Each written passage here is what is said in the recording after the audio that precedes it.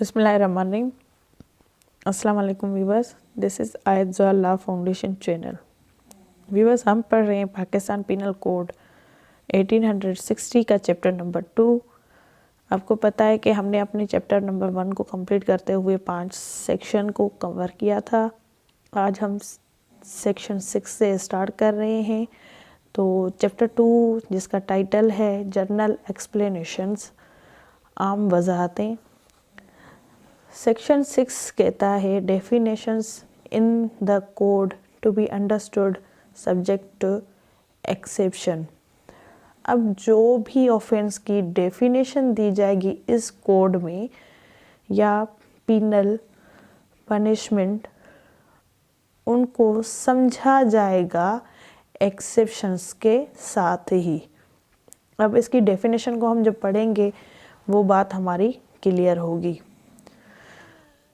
इसकी डेफिनेशन जो है वो बताती है through out this code every definition of an offence, every penal provision and every illustration of every such definition or penal provision shall be understood to the exceptions contained in the chapter entitled General Exceptions।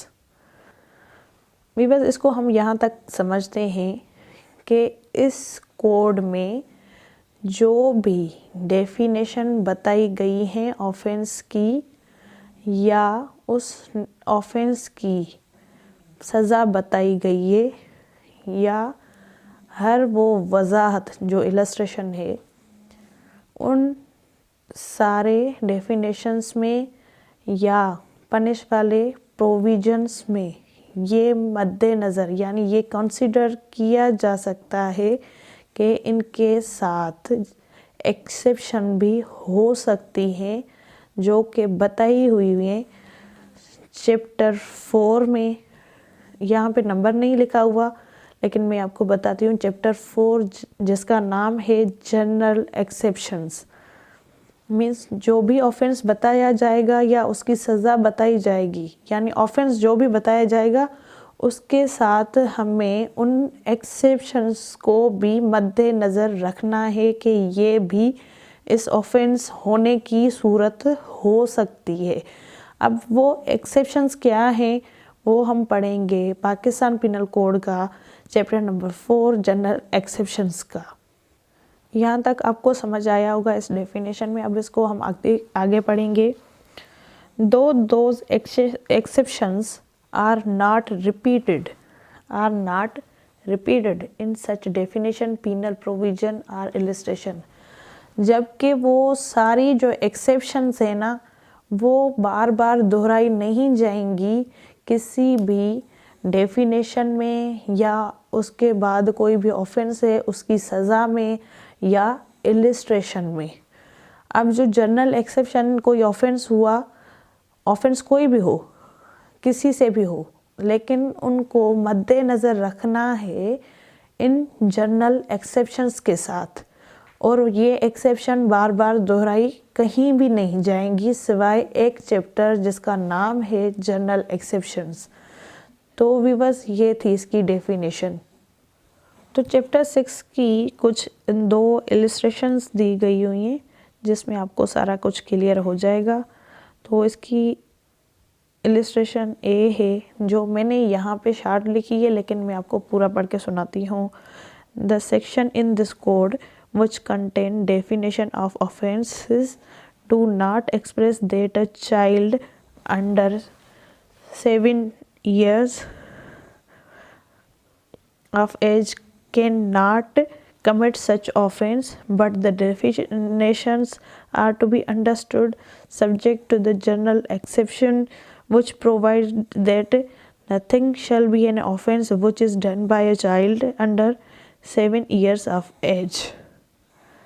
अब इस illustration में हमें सादा सा ये बताया गया है कि इस कोड के इस सेक्शन 6 के तहत जो डेफिनेशंस दी गई हैं ऑफेंसेस की, उसमें ये शामिल नहीं है या वाज़े लिखा हुआ नहीं है कि 7 साल का बच्चा कोई भी ऑफेंस कमिट कर सकता है, कर नहीं सकता।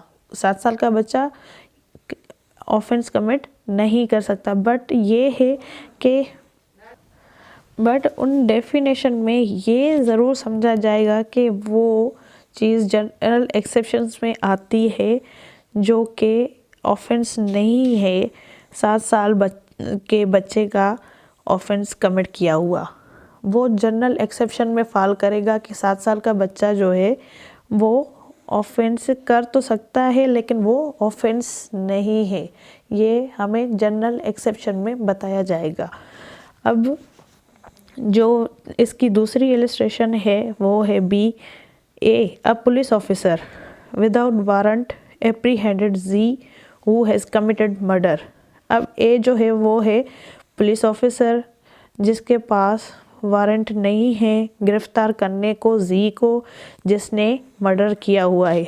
Here is A is not guilty of the offense of wrongful confinement, for he was bounded by law to apprehend Z, and therefore the case fall within the general exception which provides that nothing an offense which is done by a person who is bound by law to do। अब ए जो कि police officer है वो गिरफ्तार करता है जी को विदाउट वारंट।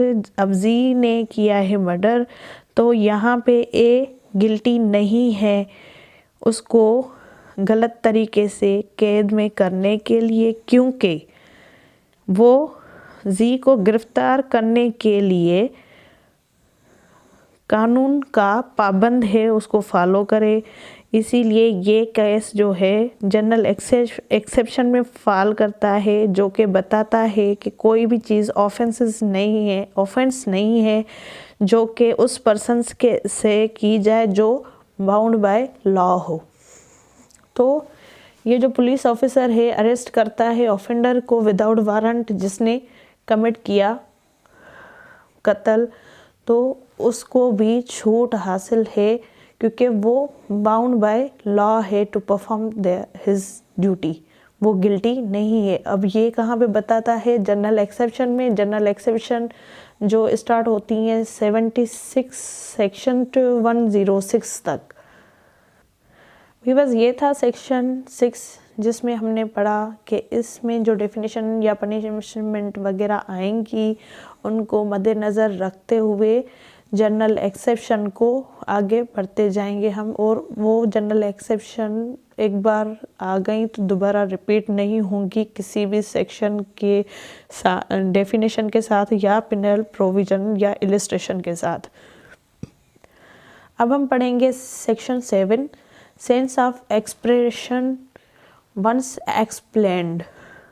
अब जो अल्फाज जैसे बताए गए हैं या उनकी निशानात मिले हैं जो इस पाकिस्तान पिनल कोड में बताए गए हैं वो एक दफ़ा ही वजाहत से बयान किए गए हैं, दोबारा नहीं होंगे। तो जैसा जो कुछ बताया गया है उसको हम वैसा ही समझेंगे।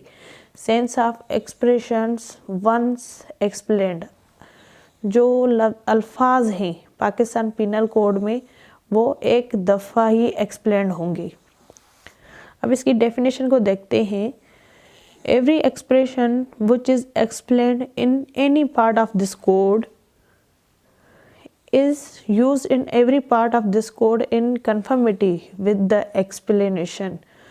अब जो भी एक्सप्रेशन यानी लिखा हुआ वर्ड एक दफ़ा इस पाकिस्तान पिनल कोड में कहीं भी किसी भी हिस्से में बताया गया है और वो किसी भी हिस्से में हर हिस्से में इसी वजाहत से पक्का समझा जाएगा कि इसका मतलब भी यही है जो पहले बताया गया है किसी पार्ट में। अब वो कोई पार्ट क्या है? वो है चैप्टर 2 जिसमें सारी इसकी डेफिनेशंस बताई गई हैं। उन अल्फाज को पाकिस्तान पिनल कोड में वैसा ही समझा जाएगा जैसा अब हम डेफिनेशंस को पढ़ेंगे। अब सेक्शन 8 हमें बताता है gender. Section 8 gender. The pronouns he and its derivatives are used for any person whether male और फीमेल। जो ज़मीर है ही और उसके जो डेरिवेटिव्स हैं, इसके डेरिवेटिव्स हैं ही, हिज, हिम और हिमसेल्फ। ठीक है, तो ये इसके डेरिवेटिव्स हैं, वो किसी भी बंदे के लिए यूज़ हो सकते हैं, चाहे वो मर्द हो या औरत। अब पूरे पाकिस्तान पिनल कोड में कहीं पे भी आपको शी नहीं मिलेगा, जहाँ पे भी कुछ लिखा हुआ होगा वो डिनोट होगा ही से। और लॉ में सारे जो भी हैं कोई भी जेंडर यूज़ नहीं होता सिवाय ही के, चाहे वो मेल हो या फीमेल हो, यूज़ ही होता है। तो इसीलिए जेंडर में ही जो है वो मर्द के लिए भी कंसिडर होगा, औरत के लिए भी कंसिडर होगा। अब सेक्शन 9 बताता है नंबर। सेक्शन 9 की डेफिनेशन है, unless the contrary appears from the context, word importing the singular number include the plural number and the word importing the plural number include the singular number। अब जब तक इस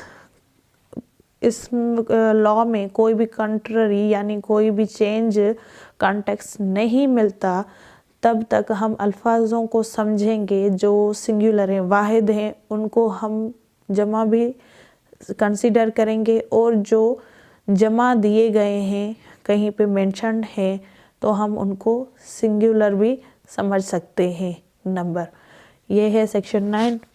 अब section 10 man women. The word man denotes a male human being of any age. जो main word use हुआ है वो किसी भी ह्यूमन बीइंग जो के कैटेगरी में आता है मेल वाले जेंडर में, तो उसको हम वही कंसिडर करेंगे, चाहे वो बच्चा हो, लड़का, वो बच्चा हो, बड़ा हो, जवान हो या बूढ़ा हो, वो मेन है human being. The word women denotes a female human being of any age. जो वर्ड वुमेन है वो फीमेल के लिए यूज़ होगा, ह्यूमन बीइंग के लिए, फिर वो किसी भी एज की हो, वो बच्ची हो, बड़ी हो या फिर बूढ़ी हो। तो मेन वुमेन को हम वैसे ही समझेंगे जैसे मैंने अभी आपको बताया, सेक्शन 10 बताता है। अब सेक्शन 11 जो है person. The word person includes any company और एसोसिएशन और body of person whether incorporated और नॉट।